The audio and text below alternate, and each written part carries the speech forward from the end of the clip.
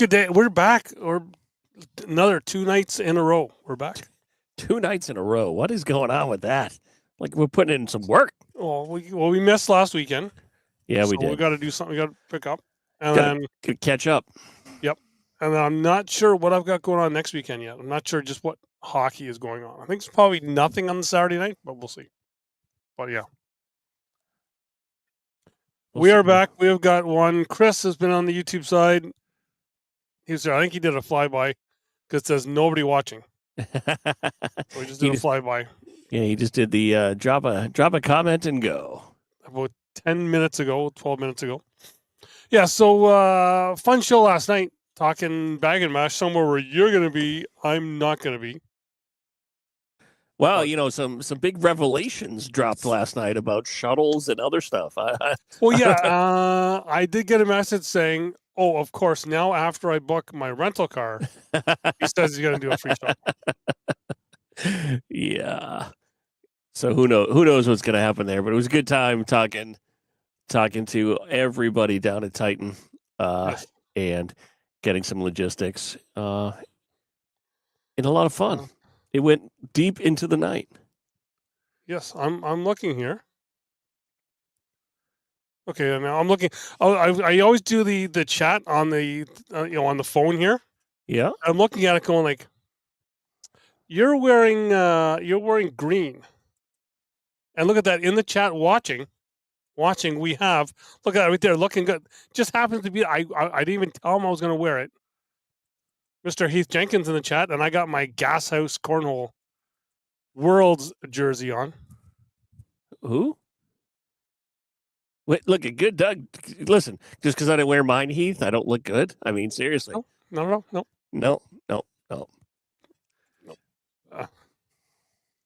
Yeah, I'll be. You'll be driving by him. Yeah, pretty much driving right by Heath when we head down to Bag and Bash. I also see another guy who's watching, which you're going to get to see in, how many days did we say last night? We were at 42 last night, so it's going to make it 40 today, right? Yes, and so I'm seeing in the chat, he hasn't said anything yet, but I'm seeing that he's watching, is Mr. William T2, Mr. Number 1 ACL Canada Pro. Also, another guy you'll get to see, the bearded wonder, Mr. Mike Evans. He's a really good singer. I got video of him singing. He's a good singer. Okay. He'll probably say no, but I don't think he remembers I have video of him singing. Get to meet all the people, all the Cornhole fam in Canada. Yes. Yeah, it will be very fun, and I've got. Yeah, because Doug, I gotta get rid of this cough. We leave in 39 days. 39 days we will be there. Yes. And then we're there for a day and a half just to get acclimated and hang out with some of the peeps, and then on Friday, everything starts up. Everything starts up. Well, it'll be a little warm up for you because we found out last night, because news to me that you're doing the live feeds at Bag and Bash. He says that singing was between us. Yeah, but I got video. Yeah. And Heath, I know it's always an open invite, and you feed us good. I think the last time we were there, I think I gained like 6 pounds that night from the smorgasbord of food that you and your wife had made for us as me and my brother drove through.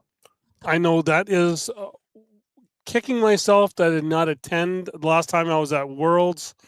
That Heath had a pool party at his place. I didn't get to it. I went to the broadcast games. Should have went to the pool party there. Should have went to the pool party, because when I went down to Heath's the last time, I brought a handle of Fireball, and he opened the top, put his mouth on the top of it, bit the little pour thing, spit it out, and said, "This is how we drink Fireball down here." Yeah, Heath. I also got to play one of Heath's tournaments at the racetrack. Heath's tournaments would kill me if I had to play in them more, because every game is like 2 out of 3, and it's like, so I got to suck for 2 games in a row. That's epic fun though when you get to go down to the NASCAR and play. Not when you're not used to like 95 degrees in May. Oh, come on. It was a beautiful day. It's gorgeous. Sun's out, guns out. Come on. Yeah, yeah. Seeing Michelle Hunter in the chat as well. Saying hello. She was watching last night on the way home from the Tiny Cornhole League, James Finley's league. Yeah, she said she had like a 2-hour drive home Yep. from a was it let me get this right. Wait, hold on. Was it a provincial or is it a I'm not sure, Michelle. What was it? Let me go back to our chat from earlier. So I can Mr. Angel, Mr. Sato Soto. What's the date today? The 19th. Yeah, it's like coming up tomorrow, I think it is the anniversary of me being on his show. And I think Cito was on his way to a retreat right now. I saw he busted out the trailer and was going to a retreat. So good luck to you and safe journeys, my friend. You go. I know what you'll be drinking when we're in St. John's. Mike, we'll have that ready for you. Yes, it was. Michelle says, yes, it was a regional. Listen, I want to know why she's watching on your feed. Because I'm special. When I was down in Georgia last year, they did bring some Fireball moonshine. And I said, most people just call that cinnamon. Yes. Yep. I know when we went down to turn, when I was at the race, we were down turn 4. There was a group, a campsite down there that in between the boards, I'll use this great bottle of Harris Beach spirits and plop that down in the middle of the board, right in between. And if you threw a short bag, you had to go and take a drink of the Fireball. And I was like, yeah, this means it's one set of boards I will not be playing at. Doug, you'd be almost halfway dead. Oh, yeah. After 2 rounds. Exactly. They have to put more bottles out there. There we go. We will be on the first new episode of Sato's Cornhole Corner.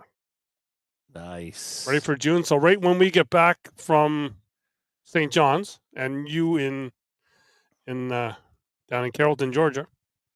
Yeah, because St. John's graduation, then Carrollton. Oh, yeah, actually, St. John's graduation, Bike Week, then Carrollton. Or, no, Bike Week's after Carrollton. Yes, because Bike Week is a week later this year. So it's going to be a busy, busy summer. I actually broke the bike out today, Doug. It's sitting right there, right in front of me, out on the front of the house. Yeah, I know, Mike. I have met Melissa, and I know that she would throw short on purpose. But the bike's going in the shop, getting all ready for the summer. Going to get some new tires, get all the fluids changed. So the bike will be up and running this week. You still got to get that sidecar on it. Listen, and come up. Did I send you pictures of the one I want to buy? No. Oh my God! Let me pull it up right here. I got to show you this thing. This thing is amazing, Doug.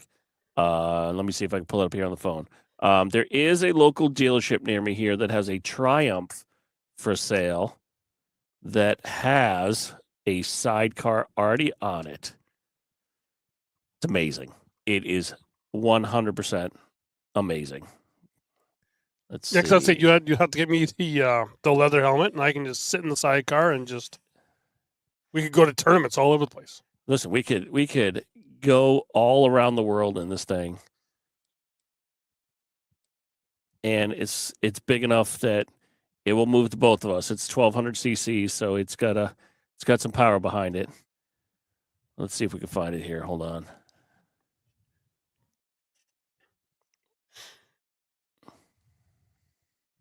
So just while we're waiting for you to stay there, this cough has got to go. Yeah, you've had that for a while, dude. Oh, it's been way too long. I need this. I need the salt air is what I need.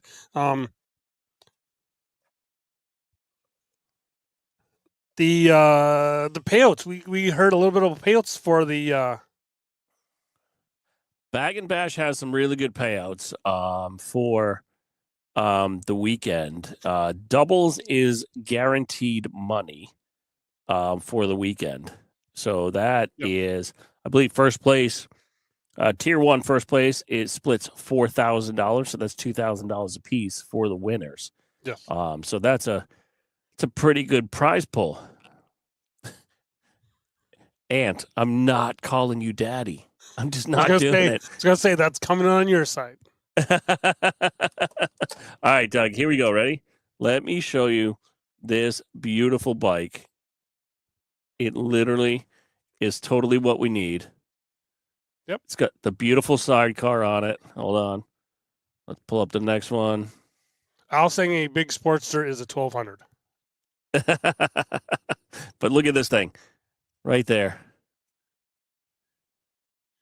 You could totally fit in that sidecar. We'd be all over the place. Yeah, I'm not sure.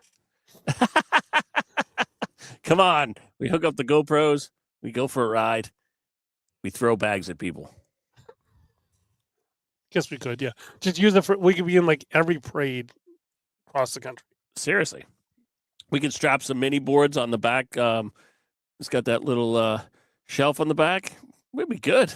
Be good, Doug. Come on. Sure, yep. Be adventurous. So got into it a bit last night, and I didn't want to get into it too much, but then we kind of did a bit. But still, like I said, may have upset a couple of people during the week here when I kind of said PPR is overrated.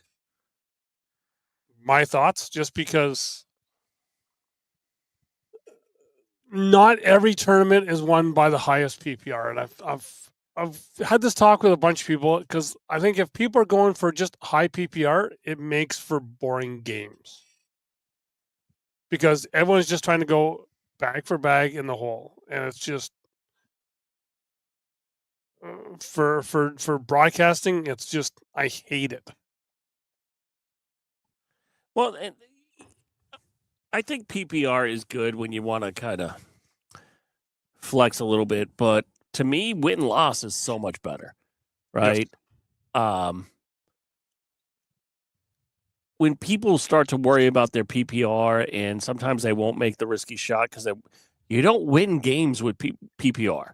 No. You win games by winning the game, right? So sometimes making the board a little messy, sometimes making the board a little, tougher. That's what it's about. Heath, we're gonna touch down in the sandbox this summer. I definitely have to try to get there with my good friend Chrissy Lennon. Right there, Michelle.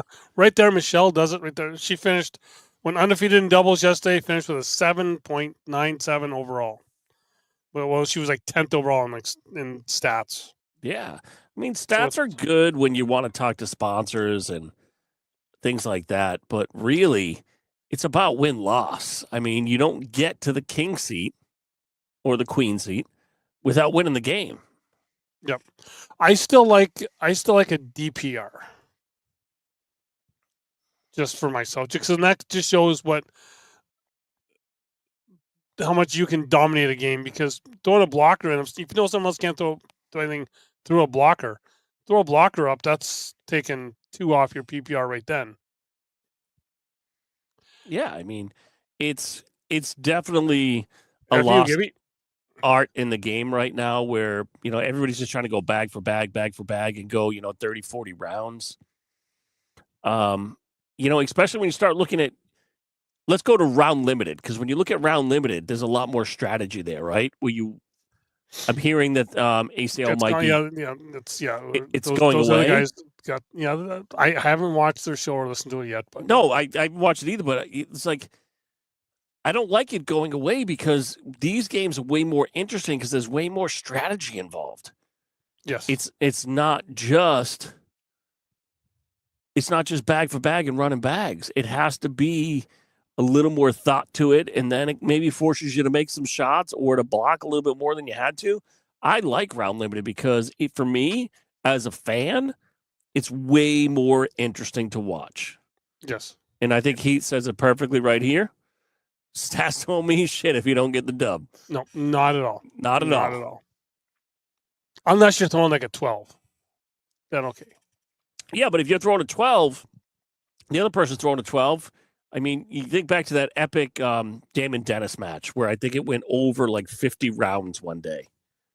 Well, Like- even wasn't there one with Matt Guy and one of the young kids? I want to say Braden Wilson. Was that a 40 rounder this year? It was last year, I believe. But yeah, there was one epic one that they had. Yeah, I mean, and listen, that might be fun for some people outside of the game to be like, wow, these guys are so great.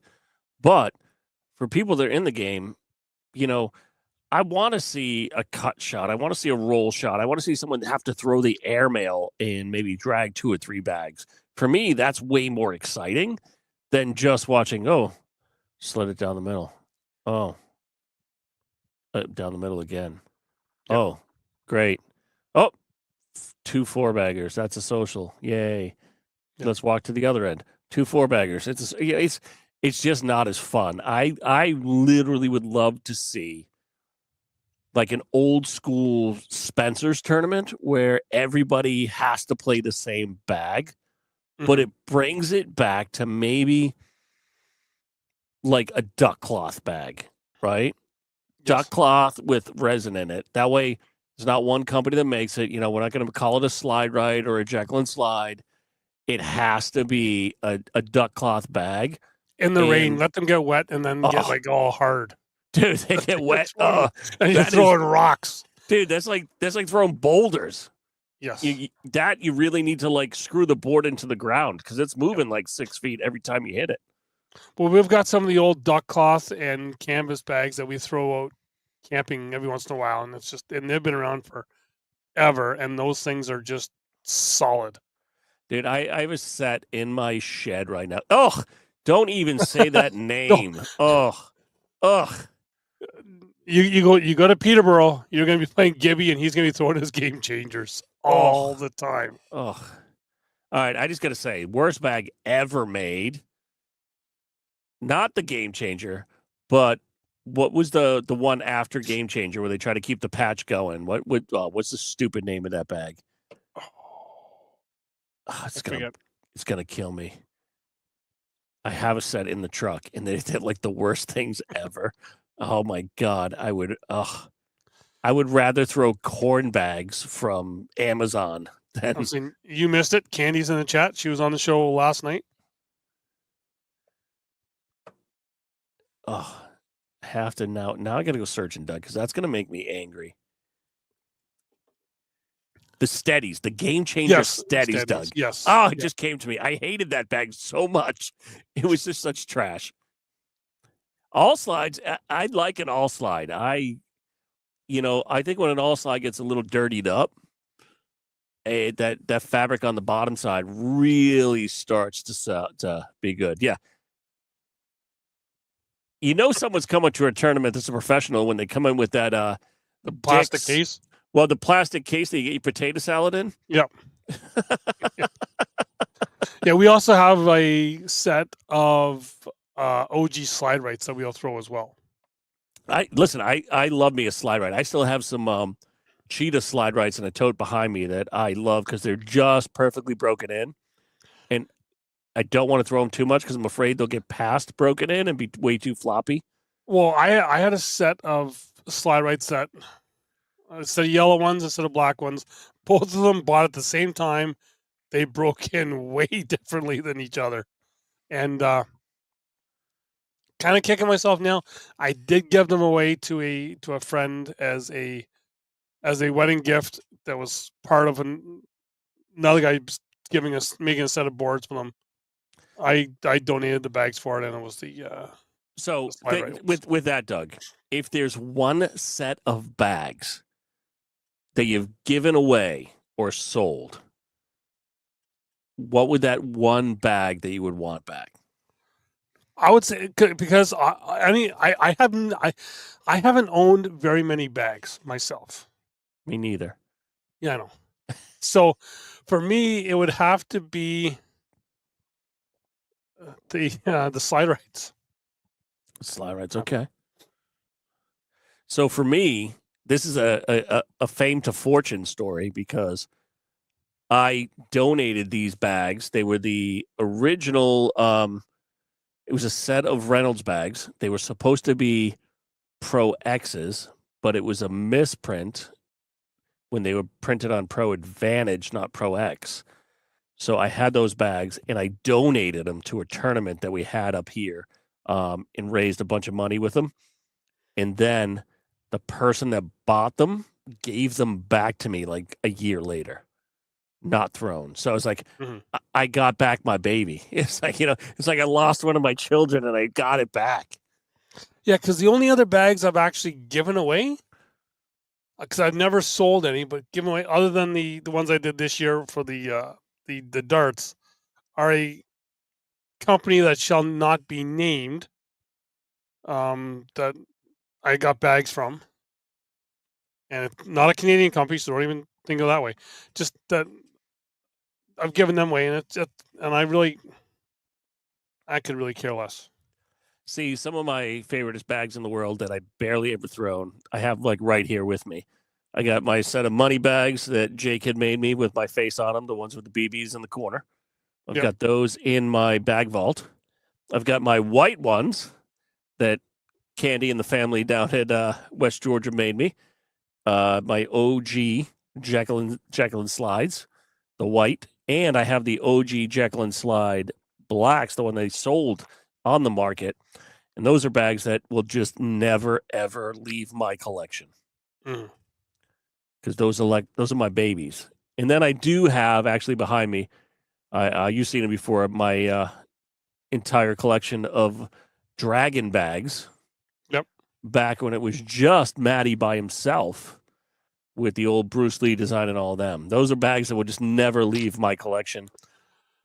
I got, thinking now, I guess the only other set I wish I would have kept and not given away, but they were kind of part of the show, would be the old Octane overdrives, because there's not many around anymore, and they end up going down by you, and something happened with the bag, got a snag and a rip in it, and the guy was like, hey, can I get a replacement? I was like, those are the last ones. Like, you got the last set of them. There's no more. We can't do anything else with them. Well, there's also one bag that I regret ever getting rid of. It was a set of OG West Georgia stealth bombers. Yeah. I loved that bag to death. It was my go-to bag for a long, long time. Yeah, I remember those. It was just such a beautiful, playable bag. I believe I had them I believe they were blue. I think it was like a navy bluish that I had. The only set I've seen of them was in the navy blue. Yeah, it was an amazing set of bags, and I think I gave them away to somebody at a tournament one time that was just starting the game, and I'm like, here's a set of professional bags. Start using these and kind of figure out what you want to go with, and that's one I wish I probably would want back. And then you look at some, like, folks, we talked about this beforehand, like what we're going to talk about, and we're like, we got nothing. We got nothing. And they'll all, like, we've done like 20 minutes on bags. Well, Doug, because you know what we're doing? We're just winging it. Just winging it. Oh, it's over here. It's on this side. It's right there. It's right there. But and you talked about it. You had like the money bags with the BBs in the corner. We've had the dots. We've had the patch. Just some of the stuff that's come out with bags, just to try and be different. Well, I think for a while there, I honestly make fun of the Game Changer a lot. But there was a time there where it was it right at COVID. I think when all of a sudden the bag boom came out, everyone and their brother was trying to put like different sort of bags, trying to make bags their own. Well, I think the thing is, I think Game Changers actually made. Oh, hey, how are you? I'll be here all week. But the Game Changer made a lot of people kind of stop and think. Yes. About bag technology and bag playability, and I think that's why it got us to where we are today, right? From one silly patch and a BS patent, but we won't go there. everybody was just trying to make the bag do different things. And now people are flipping material over, front side, back side, changing up. It's this side, fast side is this of one bag, slow side is this of another bag. Let's change the fill a little bit. Let's see if we can get it to cut. Let's see if we can get it to roll. Let's see what we can make the bag do differently. I think it honestly upped the level of the game. And I think that's where kind of COVID came in and really started to push technology forward in the game. Yep. Because everyone had so much time on their hands to do whatever. But everybody had time on their hands, and everybody was out there kind of throwing, right? We were the only sport still up and running, really, right? It took wrestling a while to get up and running with those goofy TVs they had. Major League Baseball had, cardboard cutouts in the stands. Basketball kind of tried to do the same thing with some of the TV stuff and other things like that. So we were the only really sport that was live and able to be kind of keep going at a moment's notice with no slowdown. Yeah. So that's when I think you saw the big explosion with bags, and boards started to really change at that point too, right? That's where you saw, the X factor came into the game. You started to see, pucks start to come out, right? Yep. VersaCourt for, make your playing style better, right? It kind of moved away from the mats and the rugs to a little more, I don't want to, for lack of a better word, professional setup maybe, right? But and everyone was playing with those box boards. There was the only overhang was like the ACL tournament boards, right? So I mean, you had a much different technology pre-COVID for boards. It was really 2x4 going right to the edge, right? Yep. Where you didn't do an overhang, you didn't have any, beefed up leg braces, you didn't have anything like that. You literally just threw a friggin' blue painter's tape on the ground and kept moving the board to fix it.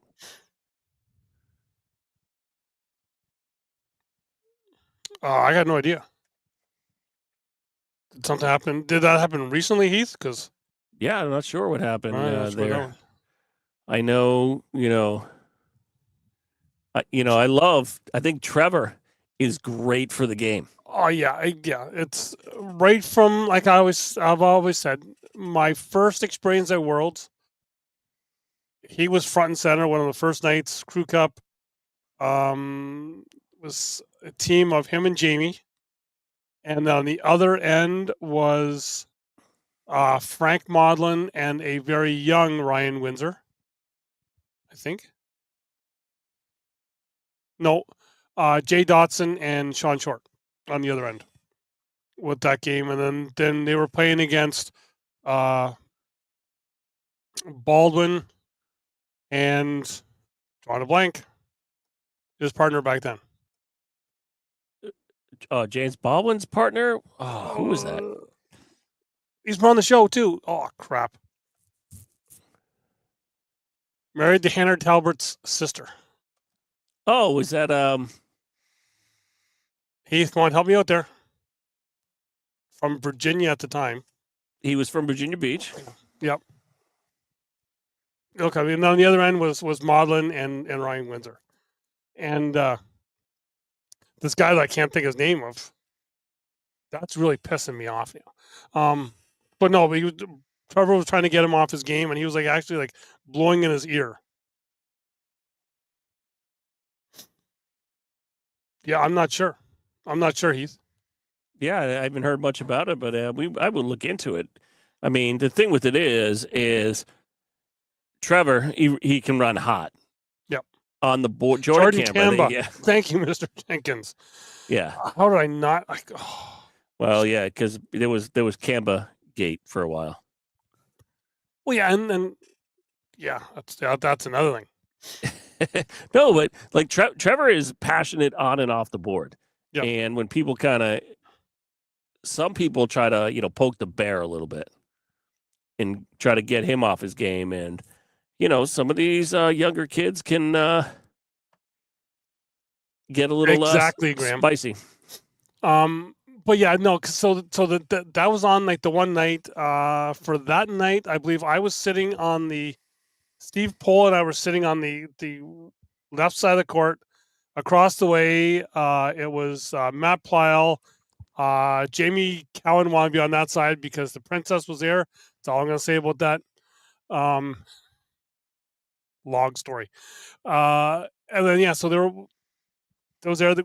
Fast forward the next morning, we were checking the brackets to see where we all were.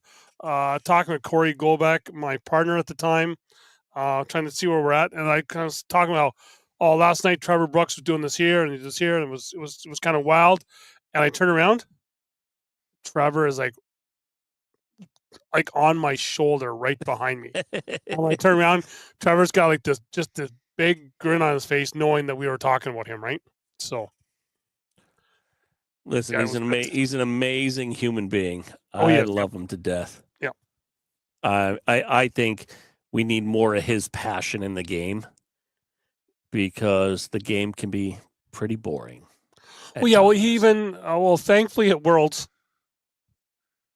the one year there was a mix-up and they had to start the bracket over again for the pro qualifier, because he basically just wasn't even going to go to his pro qualifier when he was going to watch Jamie Graham in the finals, right? Because since they've been partners, he's been like the biggest Jamie Graham fan, right? So, well, and the thing with it is too, I know there's been a lot of stuff in the media. I love that comment right there. Yeah, where are the Bruins? I didn't see them in the playoffs. But, there's been a lot of stuff in the media with, Jeremiah Ellis and Jamie Graham not liking each other, and, other players not. There's a lot of people out there that might not like each other, but some of the banter is just part of the game. Oh, yeah. Yeah, no, like I've said that before. It's like, it's not to say that it's like pro wrestling, kind of like pro wrestling where you get on the boards, you're all heated, and then off the court, they're just whatever, right? Yeah, I mean, look, sometimes it's a job, right? It's a jobber thing. Yeah. For you pro wrestling fans. But Heath, you're exactly right. He has one of the biggest hearts out there. And I think that's where his passion gets mistaken for being kind of an ass, or sometimes, right? Yeah. But it's his passion. He literally loves playing the game. He loves being with people, and he's just a no BS kind of guy. He's just like, I'm just gonna throw my bags, and you let your bags talk, and I'll keep talking while I throw my bags, and it's just how it is. He is the OG bucket list from when I first started the show guest that I haven't had on. So it's Good day, Mark. Over on the YouTube side, he was over watching the Trenton Golden Hawks take down their, I think was it game one, Mark, that you were at tonight? Down there on the down in the Trenton on the eastern, almost at the western, eastern side of the province.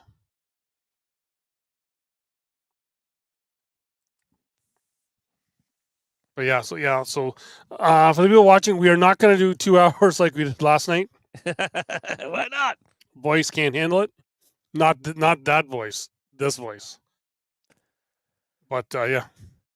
Listen, I did get us some voice spray for some of this stuff, so okay, that it kind of lubricates your vocal cords.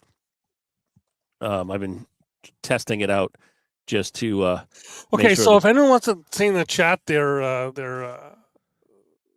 us what their favorite bag is, just so we can get off the topic of cornhole and lubricating your vocal cords. Hey, you gotta lubricate the vocal cords. It's not just Miller Lite all day. Sure. But yeah, let us know like your OG bag. Yeah, 2 hours did go by like nothing. That's the problem, is when we say, well, we're gonna do it like, and we did that time. Well, we're just not gonna do a long one. Listen, our famous last words are, "We're not gonna go long." Yes, that should be like a caption for the show. If you're in the chat, let us know your OG bag that you used, and just kind of or one that you wish you would still had or you could still use. So Al says right now it's his darts. I don't think darts are your OG bag, Al. But that's the bag he loves. It's a great bag. He's throwing great with those bags right now. I know Mark will be the retired Octane Apex. Actually, no. Mark won't be using that because Ben does not use those Octane Apex Eddie Van Halen bags. Mark uses actually slide rights, the old USA series. Really? Yes, I had won them and I gifted them to Ben. And so yes, that's what Mark's been using, the OG slide right USA series. Those are a great bag. Which, if you knew where Ben's house was, you could be able to see Mark throwing those bags on Google Earth.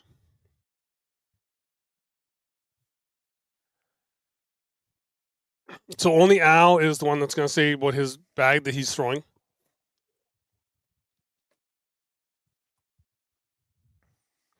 Okay, Graham. Apparently, Graham just started throwing last week as well because he's the ECC darts. Listen, everybody's going to start saying the greatest bags in the world. Listen, there's only two good bags in the world right now: darts and sonars. Which are the only two Titan bags you can use at the Throwdown.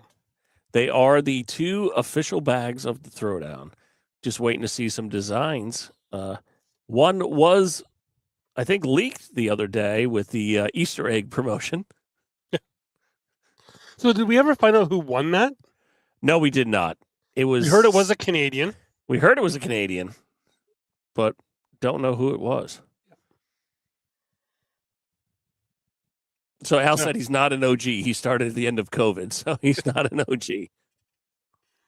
Well, I think we have our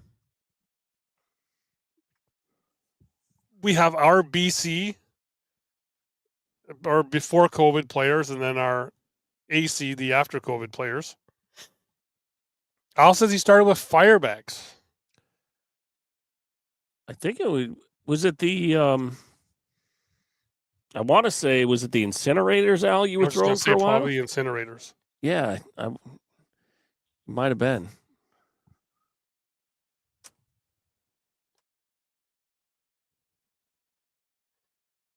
Yeah, Mark likes to brag that he just started. He throws a couple 12-pointers, a few 11s, a few 10s. Yep. It's a beautiful thing.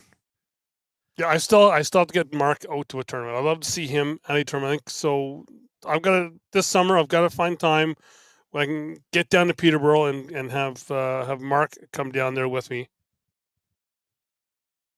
Al says yes, they were incinerators. Thought so. That was a really good bag. Yeah, I didn't throw too many of the fire bags. Well, they were a sponsor for a bit, so we did as part of the Dogcast, we did get the lineup. So we had a couple sets of the incinerators. We even did the Blackout series Doghouse ones, and I think I might have a set or two around here somewhere. Those are another couple sets that just won't leave. Mm-hmm. Michelle saying hers was an Octane hole shot. Yes, I'm thinking if we have a lot of the Newfoundland players on here, they are all going to say hole shots as well, because it seemed like that was the one bag that players in Newfoundland threw would have been the hole shots. What was that bag? Was it a? I remember I got Matt at one point had sent us or me an entire box of almost every bag. Yes. I think hole shots were in there, and I know he put some Doghouse stuff on there. I still have a bunch of sets here behind me in the vault. Where weren't those the HD bags, HDE bags? I think there was a set of HDE bags. I never got those bags. Other people got them. Yes. I did not get them.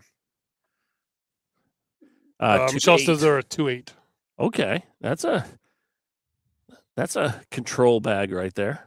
Yep. Yeah, Graham, you did, and I think you sold them right away, didn't you, Graham?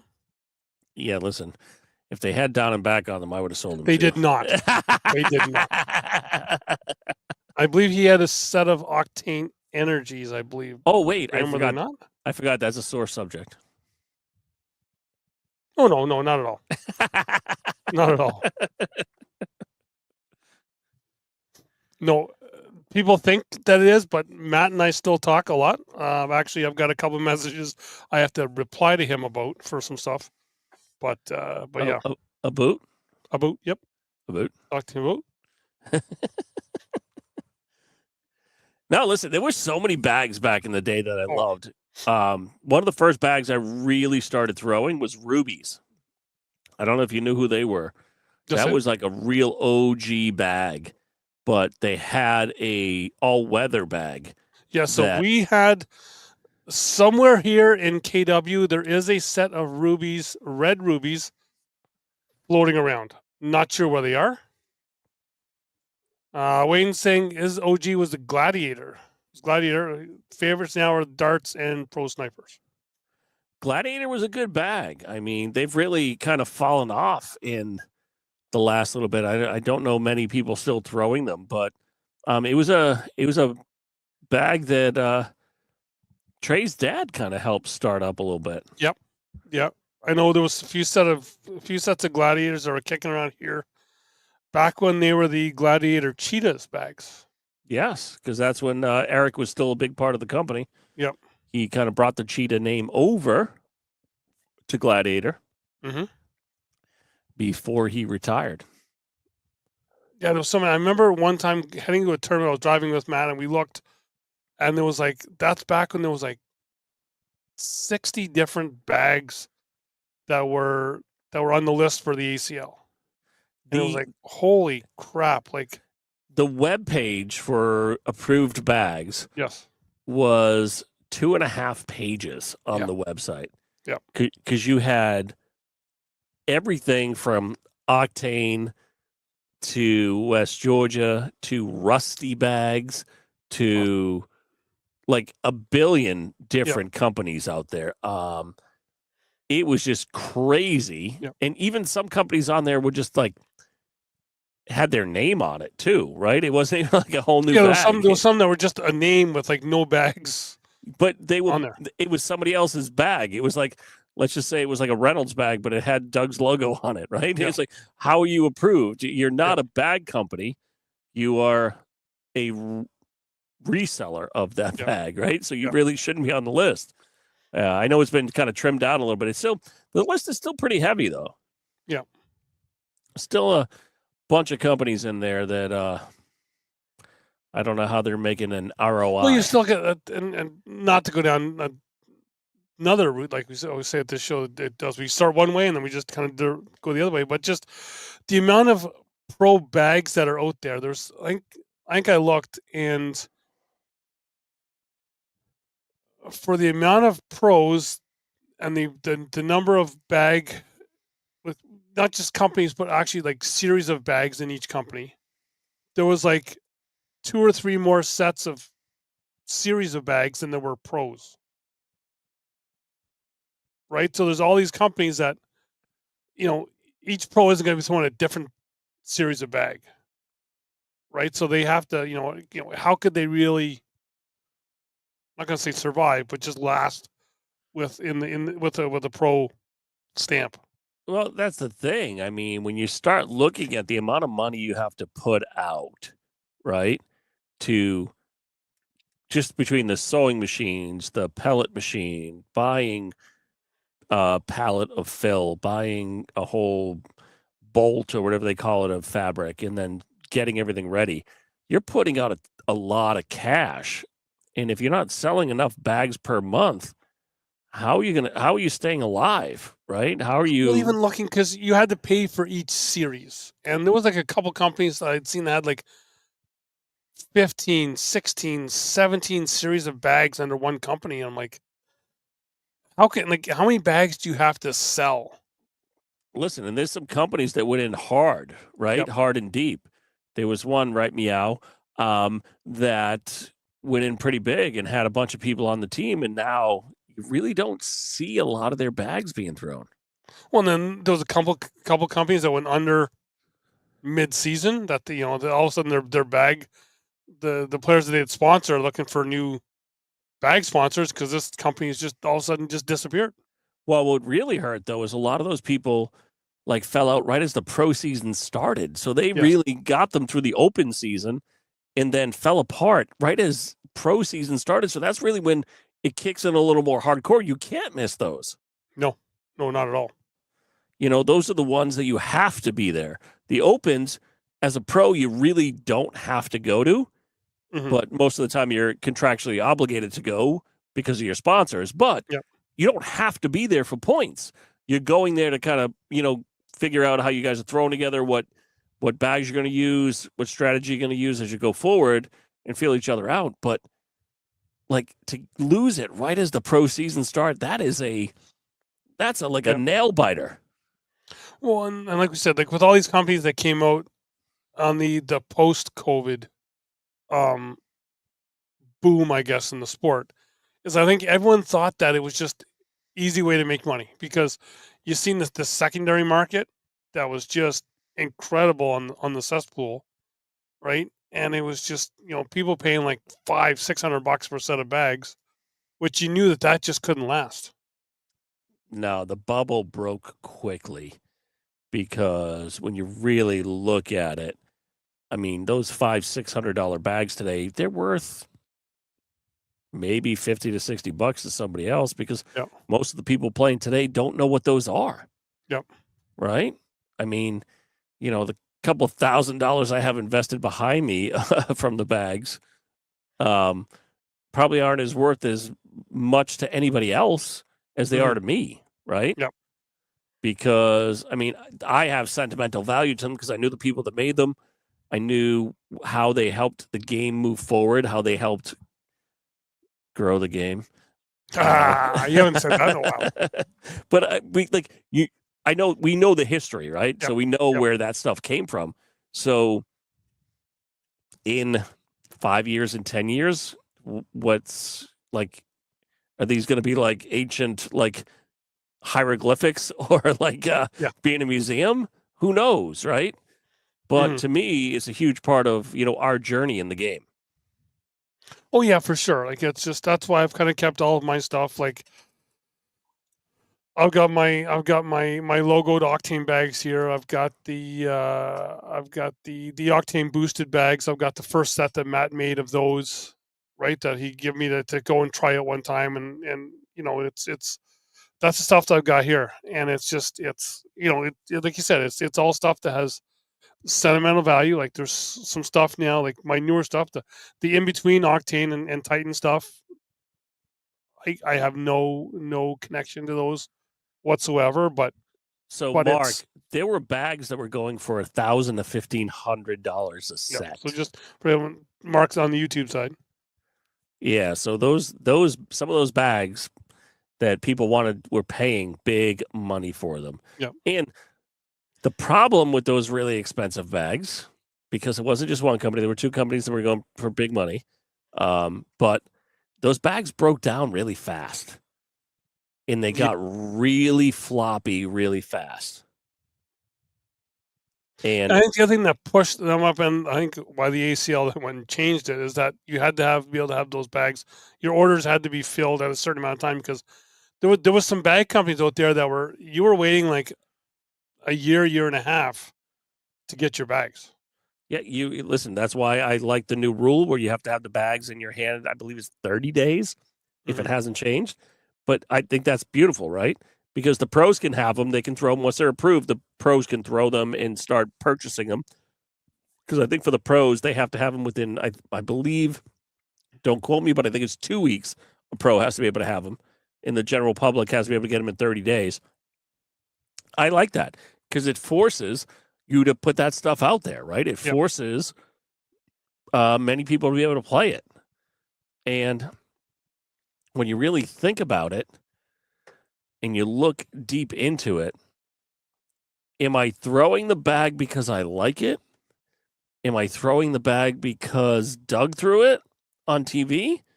Or, what's really drawing me to that brand? So it's tough. it's really tough when you start thinking about it because, I mean, a lot of times I've gone to a couple blind draws in the last couple of weeks, and I haven't even brought bags inside. I'm just like, we'll just throw whatever you got, whatever. Yeah. I'm just gonna, Yeah.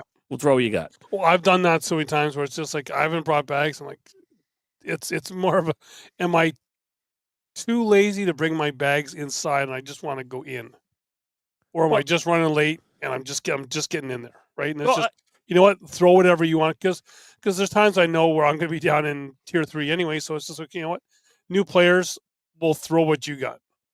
Well, I did play in a tournament a couple weeks ago, and on the down and back, the person I was throwing with was like, I threw them down, she threw them back, I threw them back to her, and she's like, "You hate these bags, don't you?" I go, "Yes, I do.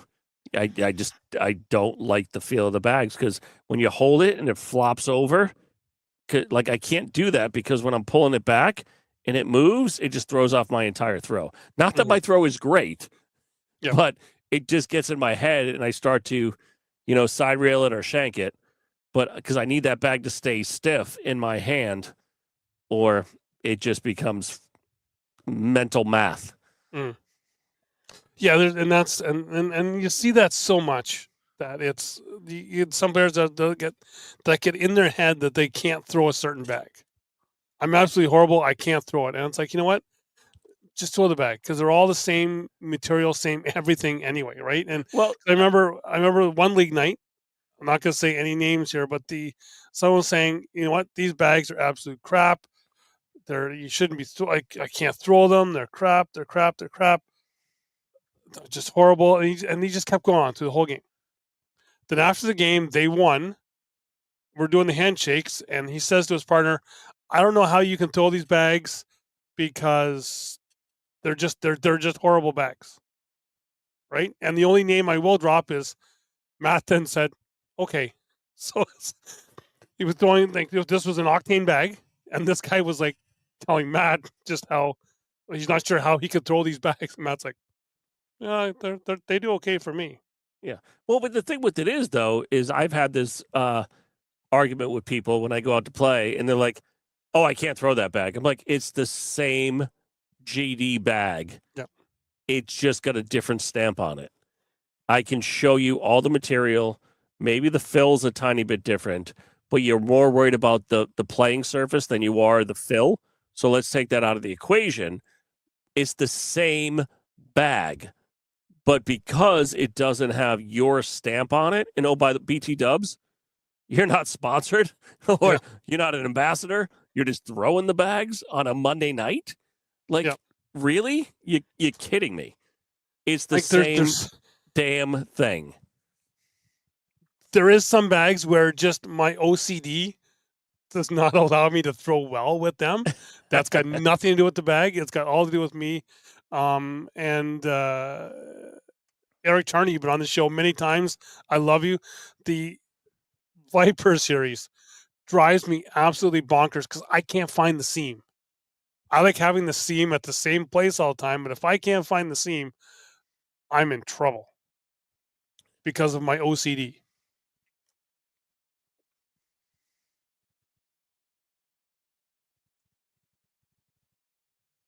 Yeah, Michelle saying that, there's someone, saying that she had two sets of energies that her partner and her had, and that they were different, completely different fabrics and fill. No, they're the same. And listen, sometimes you can maybe say the fill might be a little different, right? Because sometimes fill is not the same based on, when it was manufactured and what happened, and sometimes it's just screw ups at a factory, right? When you really look at it. Oh no, Wayne, it's the talent. It's all the talent. When it Yeah. comes to me, it's all talent. Well, or lack thereof with me. Exactly. Yes. Listen, that's why I love to front board and I love to throw an 8th bag blocker. Yep. Block myself for the next round. The hardest bag to throw in cornhole, just board it. Joe, that is the worst statement in the world.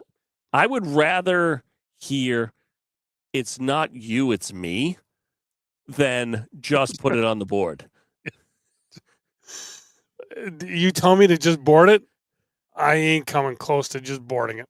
I ain't Oh, coming my. close to the hole either.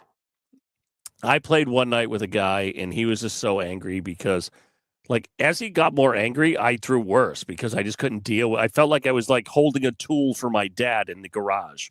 You know what I mean? Like, move the flashlight. Would you move the fucking flashlight? Right? I'm like, he just yelled at me on every round. So like, last bag just had to be on for him to get the bags back. I literally threw the thing 7 feet past the board because I'm just like, I just don't want to play with you anymore. I'm done. Like, I just can't deal with you right now. Yeah, Al says he loves to throw a side rail. Oh, Al is king of the side rail. He loves it. Which I have to see. I've seen a thing kicking around on Facebook and Messenger. One person trying to get an OG pre-COVID group of KW players together. And I think that will be a fun night because it's a lot of people. It's actually for some, it's to get a lot of people back playing again, because I've talked to a couple of people that and this goes back to the league night thing, is talked to a couple of people who no longer play, and they were saying, oh, because they didn't have time, it's all this sort of stuff, and I've kind of got the real story out a couple years down the road. Is just that they were just afraid that they were just gonna punch somebody out because they just wanted to go league night fun. Well, and you have you have the league night heroes that make it not fun anymore. Well, here's the reason most leagues don't keep players coming back or don't grow. Yes, we have a few KW. It's because you have the semi-pros that believe they're way better than everybody, and if they get a bad player, they're going to throw a temper tantrum like a 3-year-old in a toy aisle at Toys R Us. And then you've got the other people that just want to come out and have fun. But there's people that just suck the life out of the room. Like, it's a Monday night. We paid $10, $15, $20 to play at a VFW. Beers are $3 to $5, right? Whatever. We're having fun. Like, why do you have to be an asshat? Michelle, you're never one of those league night heroes. But why you literally take money out of your pocket by being an ass? Yes. Because you make more money when more people play. When people avoid that league, you're back down to, your $50, $60 for first place. Instead of getting $100 to $120, you take home $60 to $80 or whatever it is, right? Because you drive people away. You literally make it so people don't want to play the game anymore. Like, it's got to stop. The other thing is, I will walk away if you bring out a tape measure for the boards at a league night. I will completely walk away, or else I will throw every bag on the ground if you're my partner. I'm going to measure boards every time I meet you now. You know what? At a big event or a bigger regional tournament, sure. A league night, there's no need to bring a tape measure out. Dude, I'm going to bring a big wheel with me, one of the big construction wheels that I roll down the court. That or you're off the side and you're telling people, oh, you got to shift the board this way, you got to shift the boards that way. You know what? You're not playing. Don't worry about it. No, the only time I ever tell people to fix the board for me is if I'm broadcasting. Like this weekend, when I was broadcasting, the boards were walking a little bit because we were playing on one of those rubber gym floors. So that's the only time I'm telling people to fix the board. If I'm not in the game, not my responsibility, right? But when I was broadcasting, I could see it walking, so I was trying to tell them to move it back. But if you're not in the game, STFU. Yes. So just to answer Mark here, yes, Mark, we are actually on 3 platforms tonight. We're on my Facebook, on the Down and Back Facebook, Down and Back YouTube, and The voice page. The Voice Facebook page. Oh my God. Oh yeah, Michelle. Like they're getting it fixed. Even we've each thrown a bag. Oh, we got to fix the board. No, you're not going to fix the board mid-round. Well, but the people that want to fix it every single round drive me crazy. Al, that is hilarious when the person that has first bag calls a timeout. Well, maybe you need to get a drink. No, I just like calling a timeout because the other team is being cocky. So right after we warm up, I will literally call a timeout just to stall and go look at the open board. Look, it's my best friend, Mr. Waffles. And the other thing with KW League Night is, folks, there's some music out there that people are paid to sing, okay? Because they're good at it. You don't need to go and sing a karaoke night because right next door, there's just a door in between that we have to go to the bar side, and Thursday nights at the Moose Lodge is also the karaoke night at the Moose Lodge that we play at. I love that for you. Oh yeah, Michelle's right. Your ears get raped. Wait, can we say that word? Or they get wrapped. They get wrapped. But yeah, I'll go over and I'll just look at the bartender, and I'll just kind of like have this like, oh my God face. Like you have to sit through this all night. Well, you know what? Sometimes karaoke nights are fun though because I'd like to be just kind of a fly on the wall for the people that take it way too serious, right? Karaoke people are like cornhole people. As we talked about beforehand, you were making a trip. You could be stopping by. Make sure it's a Thursday. I will bring you to the Moose Lodge to play because the average age on the karaoke side, 72 3/4. Oh, I love that. No. Older chicks dig me. It's mostly guys. Oh, no, they don't dig me. No. Well, you got that lube for your voice, right? Yeah, listen, I will not be using any lube at the Moose Lodge. Yeah, Mark, it's usually the Facebook side that sees most of the questions. Just because, and I'll say it, cornhole people hate YouTube. Well, YouTube's not a big platform really for cornhole yet. It's mostly for some of the bigger tournaments and the bigger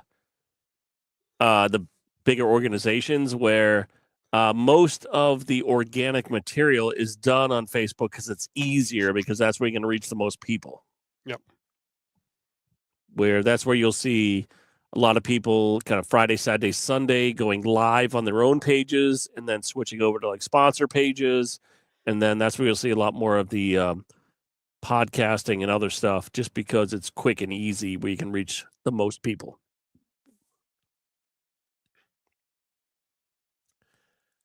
I will need that lube to fill my ears, Michelle says. Oh, it's tough. It's tough.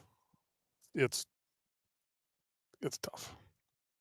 Listen, I have a buddy that he is a karaoke DJ here in this area, and he does it a couple nights a week. And I'll go to his different places to support him. And there are some. If you think the Hey Dude, Zuka, Hardos are in cornhole, wait till you go to a karaoke bar because like these people show up almost in costume. Yep. And have their like 3 songs that they sing throughout the night. And if anybody else sings their song, it's like someone just like stole their first child. Yes. Because they get all offended. Well, the place that I work, one of the old counselors, not there anymore, that's with the township. At our Christmas parties, he always went up and made sure that the DJ had a instrumental version of Elvis's Blue Christmas. If the DJ did not have that. He had a copy readily available for the DJ as he was an Elvis impersonator, and he could only do the Elvis version of Blue Christmas. I dealt with that my entire life. Listen, my dad was an impersonator. Listen, I dealt with it the whole damn time. I mean, I have like 12 velvet Elvises behind me here from after I cleaned his house out. Yeah, we actually have one. I have one that actually lives up the street from me who has a red Cadillac as well. It should have been pink. Yes, it should have been pink, but it's red and it's a convertible. Oh, I have an Elvis Memphis license plate right over there on the wall. So Doug, not bad for nothing to talk about. Oh no, yeah, we got an hour 6. Like we said, like this, we are the Seinfeld of Cornhole. We're a show about nothing, and we're just winging it. Winging it all day. Just having fun. Like that's the thing, is we just have fun, and that's why I cannot wait until St. John's, where people will get to have not just 1 hour a day of us, 3 days of like 6 hours of content. 3 days of nonsense. I can't wait. And I Wayne, officially get Wayne, Calgary next year, or the Western Open next year. I will have that song instrumental. You will be on the live feed singing it. Right there. We'll call that right now. I finally get when I come dressed as Adam Hisner. But wait, when I go to Newfoundland, I finally get to go to the place I've talked about for almost 2 years. I finally get to go to a Wingin' It restaurant. You do, yes. Finally. I'm going to walk in there and I'm going to order like, well, I don't have to order in French though, right? So I can only have to order one meal. You'll get one meal. You'll just get one meal. Listen, I don't. Okay, Wayne's saying there's no words in the song Jessica. Which, you know, Wayne, you're gonna have to make up words. Yeah, we're gonna make up. Now you done did it. So now, start writing some lyrics. So Doug, Easter tomorrow. Yes. So do we celebrate the same Easter, right? Yeah, this one we're even. We don't do even. it before you. We're even on this one. Oh yeah, I don't get to hear the story about how you guys are better because you do it earlier. Yep. Yep. She said challenge accepted. Here we go. He's gonna start writing some words. Look at that. Maybe we'll even get Adam. We'll get Adam to come up to Calgary or next year or the West, and maybe Adam can duet with Wayne. I think we can make that happen. I think Adam loves the karaoke. I think we should make that happen. I think we should. We have to do who wore it better. Yes. See if I think they should even be partners. That'd be great, wouldn't it? Would it be great if they get like paired in a blind draw? Or even if we have to, if we get Adam to come up here, you're gonna have to go up. You and I will play against Wayne and Adam. How about that? Wait a minute, who has to throw against Adam? That'd be you. Listen, I got him as a partner one time and completely disappointed him in a blind draw. Yeah. No. The problem with it is he asked me to go beer for beer with him before we started, and I had already started a long time before him. That's when that's back when he threw for another company. Yeah. He was still a local guy when I went down to hang out with him. Because that was at Chris Meek's place when it was local living. You were actually supposed to come to that one. And I think it was supposed to be the next year I was supposed to go to that one. Yeah, and then it was a great time. Got a prime parking spot right there. Sat us right out to the side with the RV. Yeah, beautiful. And that's when you helped Jeremiah Ellis out because he forgot to fly in his tent. Oh, yes, he did. Yeah, he got a little wet.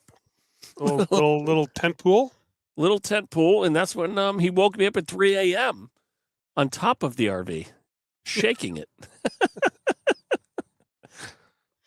Listen, if you ever want to have a great time and you go to a tournament, just stay around Jeremiah Ellis because it is a show. Love that guy to death. I think there's a lot of guys that are like that. That are just, a lot of, not just guys, a lot of players that are like that. There's a lot of players, a lot of groups that literally give you energy. I know there's been times where I've gone to some tournaments and, it gets to like 8 or 9 o'clock at night and you're just beat.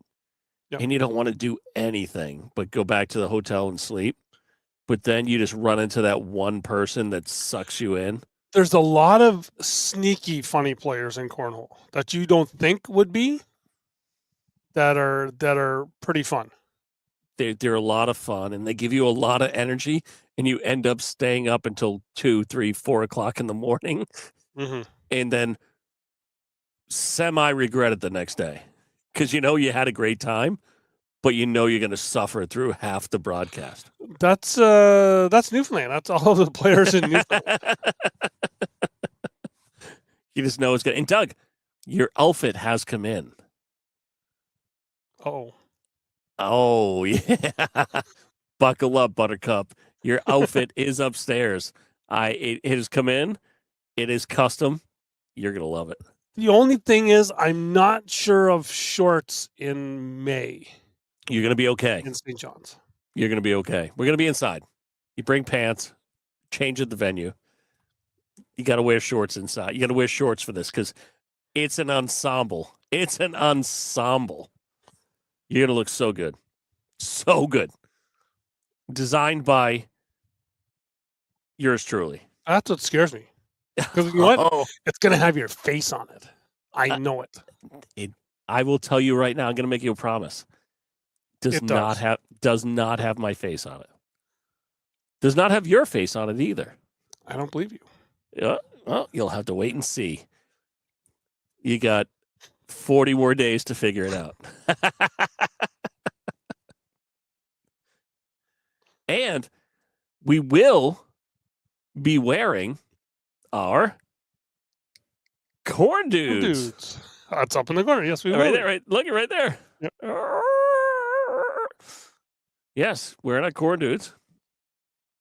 And we'll get to hang out with everybody.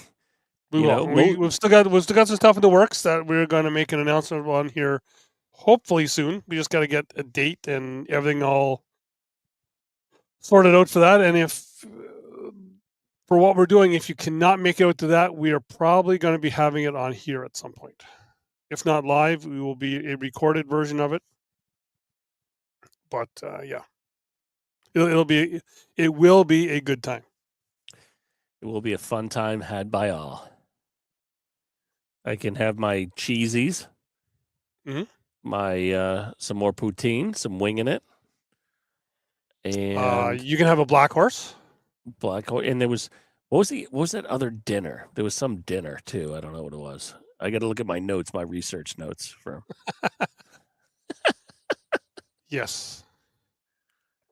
And might go say hello to the people at Dildo. I don't know, maybe. Yep. And while you're there, you can make it or to come by chance.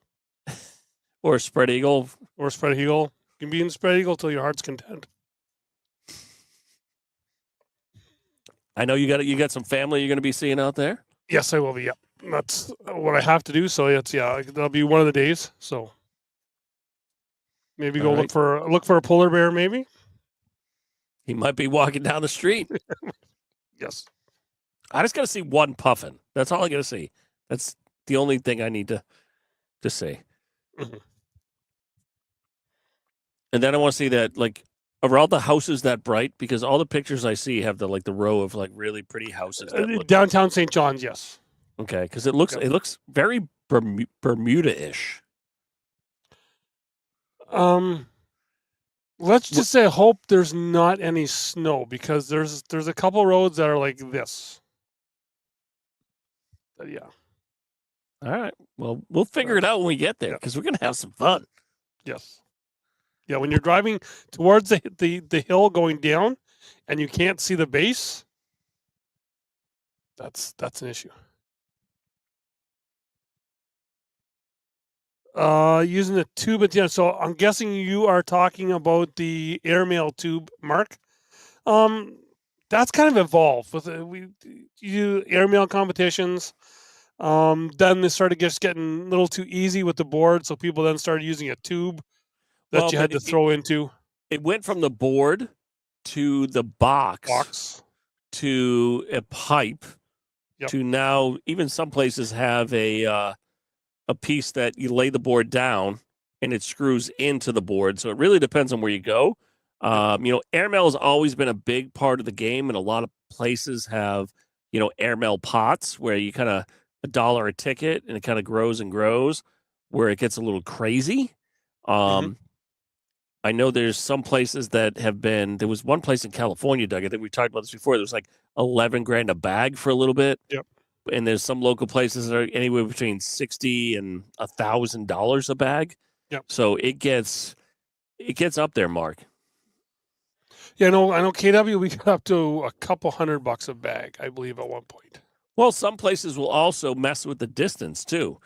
Oh, it won't be a true airmail of 30 feet. We do. Trying to think of what we do. Some places move it out to 40. We're about 35, I think. 33 to 35.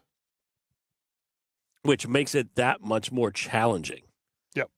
Where, especially where, some of those pots will get bigger and bigger based on the material that the airmail box is made out of and the distance. Well, the distance is, that's what I always laugh when I see people practicing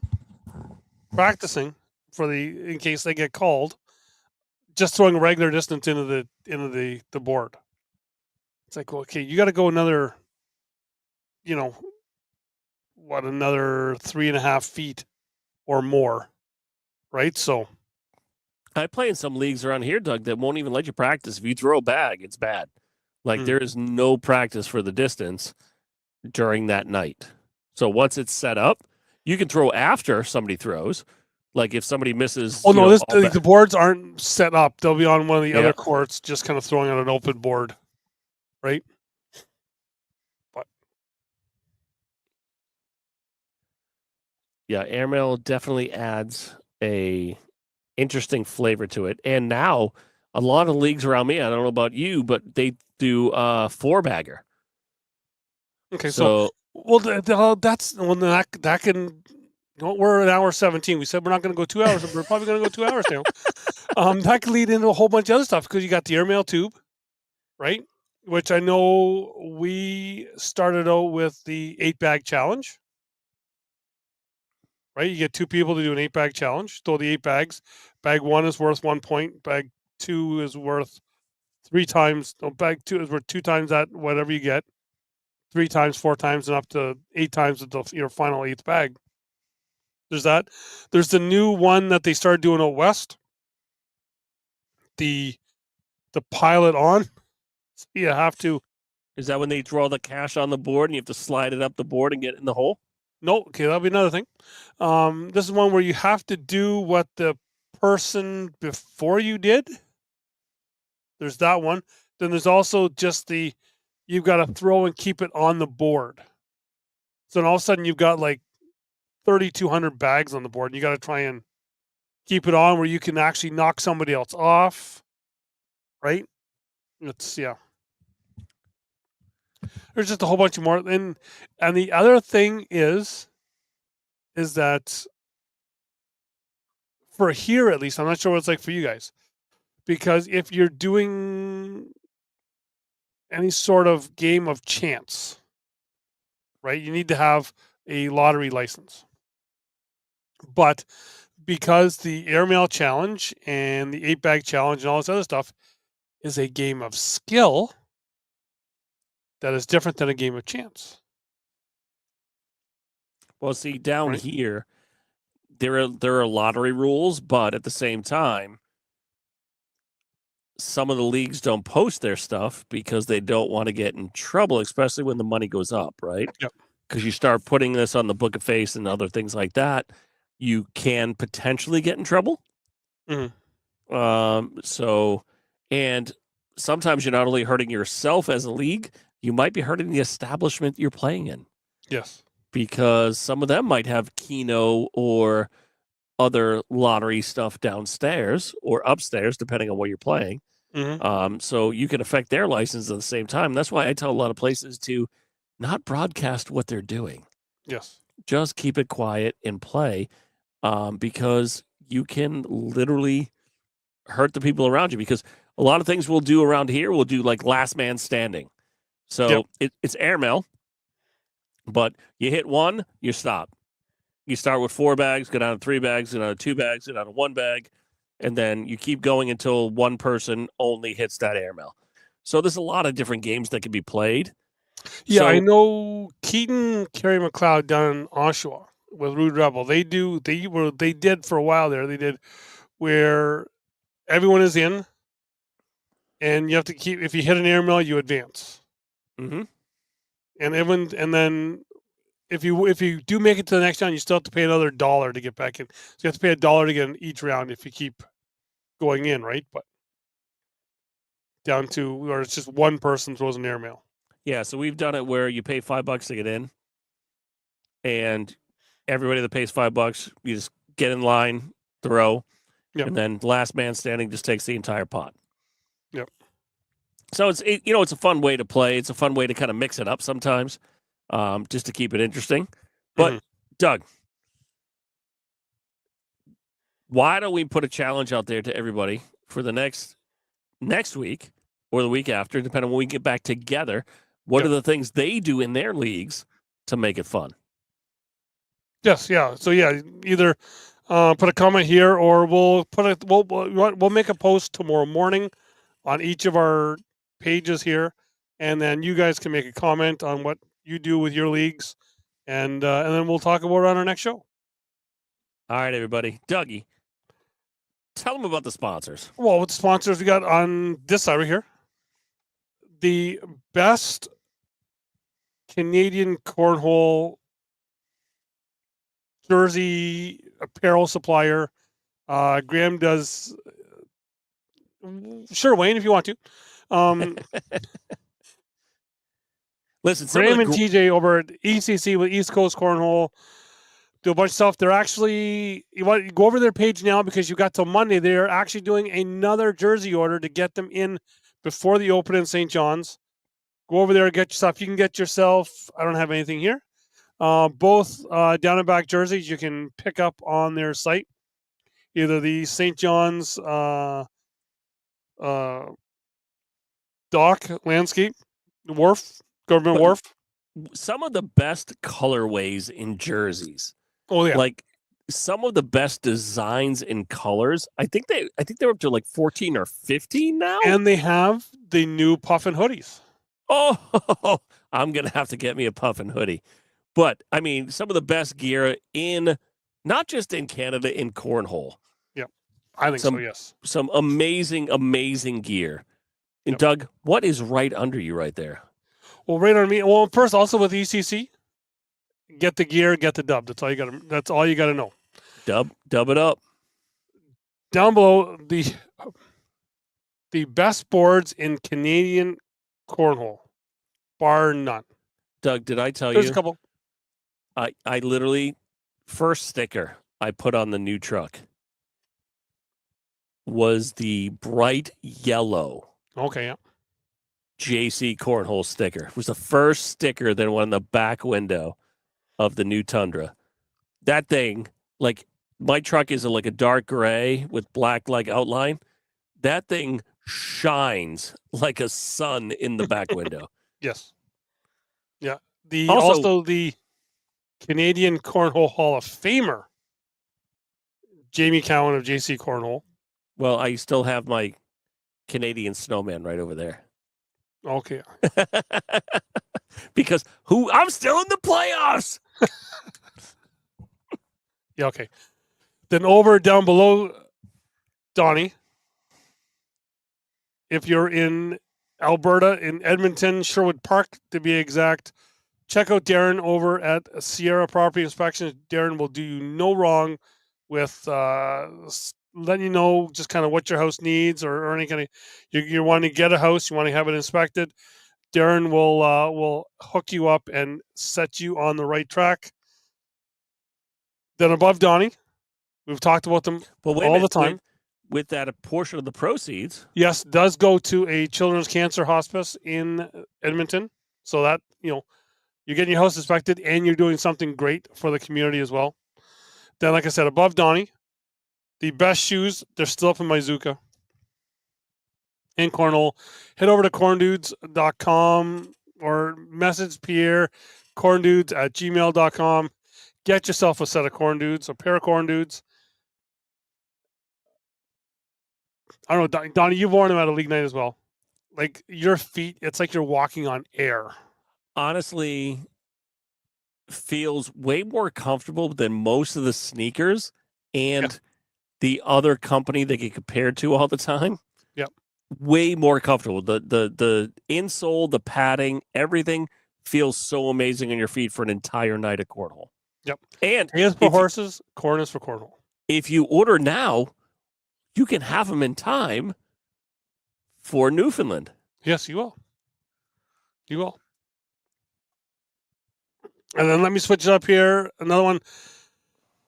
If you want to watch cornhole live feeds, they do a lot of stuff with Strike Eagle Cornhole down in North Carolina. But check out Lance over at 24/7 Cornhole. Live feeds everywhere. They'll even share some of my stuff that I do, which they do a great job with that stuff online. Down in front of Donnie, we've talked about the bags all night. I'll let you talk about this one. Oh, TitanCornholeBags.com. Some of the greatest bags in the game and some of the greatest apparel and gear in the game. Go to www.titancornholebags.com and get in the game. And then, of course, like we do every week here, we're just winging it. And you got to go there. And as Derek Barrett said on the show last night in the chat, you got to go there and you got to check out the NOFD, the No Fear of Death hot sauce on your wings. Donnie's going to try it. I'm not going to try it. Not going to try it. And then we're going to have it live. We're going to have it live. He's not going to know. Here's a mild wing, Donnie. Listen, those mild wing. The hot wings are like an orange or a red. You can just tell by the way they look. Nope. Listen, I have a fear of death. Blindfold taste test. Listen, last time I did that, I did a hot wings waiting contest at a cornhole tournament once. I got to like the 9th level and I had to tap out because I was dying. But listen, if the people want me to do it, I'll go with the people. Good. So, with that, go out, have fun playing cornhole. Don't worry about payouts or anything else like that there. Just go out, have fun. And if you're in St. John's, like we said, come out when we do our thing because Donnie is going to try the No Fear of Death because he's going to have his vocal lube with him.